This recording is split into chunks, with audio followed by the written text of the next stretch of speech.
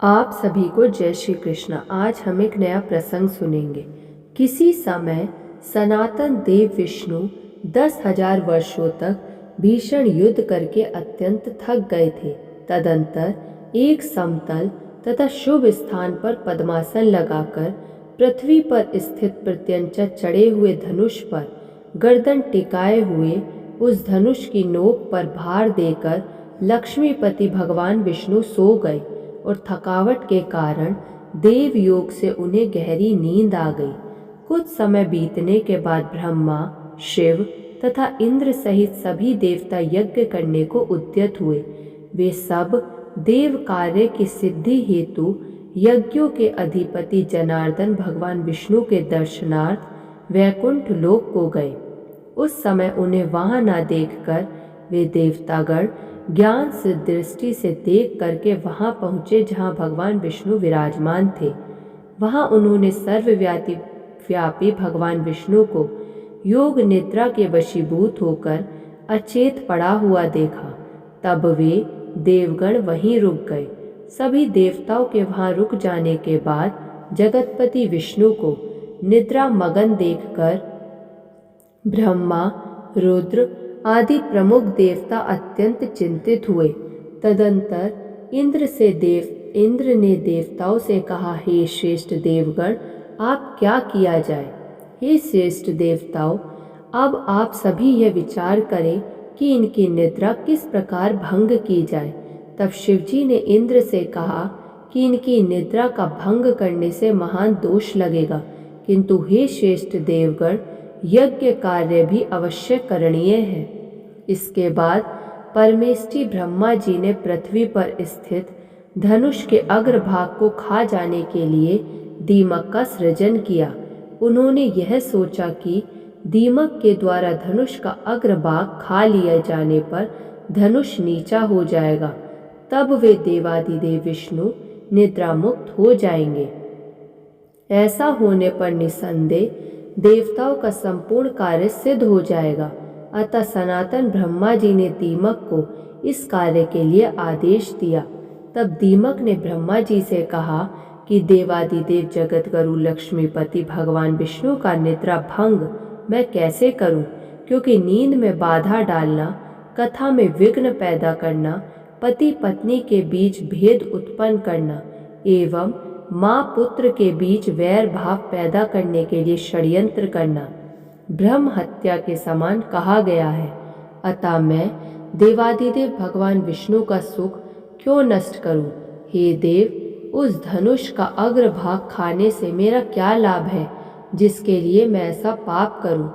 स्वार्थ के वशीभूत होकर ही समस्त लोग पाप कार्य में प्रवृत्त होता है, इसलिए मैं भी इसमें कोई स्वार्थ सिद्धि होने पर ही इसका भक्षण करूंगा। सुनो, ब्रह्मा जी बोले, हम लोग यज्ञ में तुम्हारे भाग की व्यवस्था कर देंगे, इसलिए तुम अविलंब भगवान विष्णु को जगाकर हम लोगों का कार्य संपन्न कर दो। होम कार्य में आहुति प्रदान करते समय जो हव्य आसपास गिरेगा उसी को अपना भाग समझना, और अब तुम शीघ्रता पूर्वक हमारा कार्य करो। ब्रह्मा जी के इस प्रकार कहने के अनंतर दीमक ने धरातल पर स्थित धनुषाग्र को शीघ्र ही खा लिया, जिससे धनुष की डोरी मुक्त हो गई। प्रत्यंचा के खुल जाने पर धनुष का वह ऊपरी कोना मुक्त हो गया।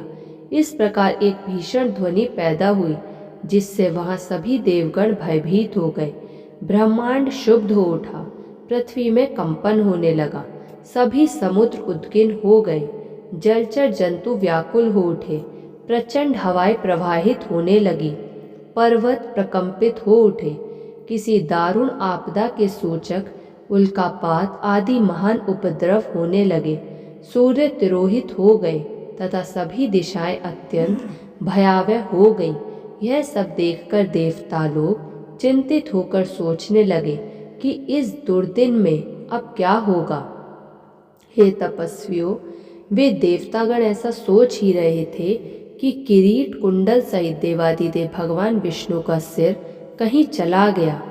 कुछ समय पश्चात उस घोर अंधकार के शांत हो जाने पर ब्रह्मा और शंकर जी ने भगवान विष्णु का मस्तक विहीन विलक्षण शरीर देखा। भगवान विष्णु का सिर विहीन धड़ देखकर वे श्रेष्ठ देवता अत्यंत विस्मित हुए और चिंता सागर में निमग्न होकर शोकाकुल हो विलाप करने लगे। हे नाथ, हे प्रभु, यह कैसी विचित्र अलौकिक घटना हो गई। हे देवादिदेव, हे सनातन, हम सभी देवताओं के लिए तो यह बात विनाशकारी है। यह किस देवता की माया है जिसके द्वारा आपके सिर का हरण कर लिया गया है।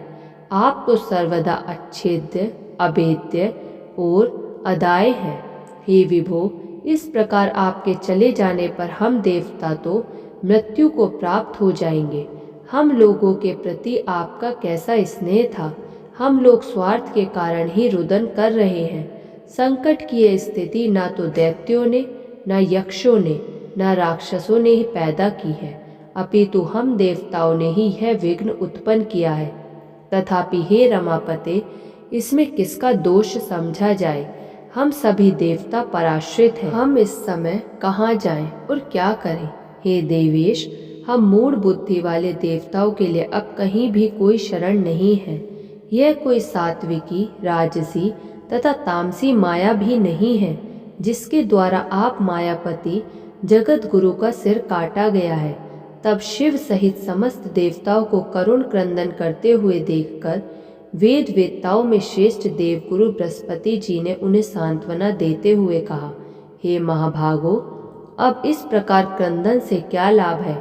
इस समय तो विवेक का आश्रय लेकर कोई उपाय करना चाहिए। हे देवेंद्र, भाग्य एवं पुरुषार्थ दोनों ही समान श्रेणी के हैं, फिर भी उपाय करना ही चाहिए और वह देव योग से ही सफल होता है। धन्यवाद। इसका आगे का प्रसंग नेक्स्ट वीडियो में मिलेगा। धन्यवाद। ऐसी और प्रसंग सुनने के लिए आप इस चैनल को सब्सक्राइब कर लीजिए और इस वीडियो को लाइक कर दीजिए।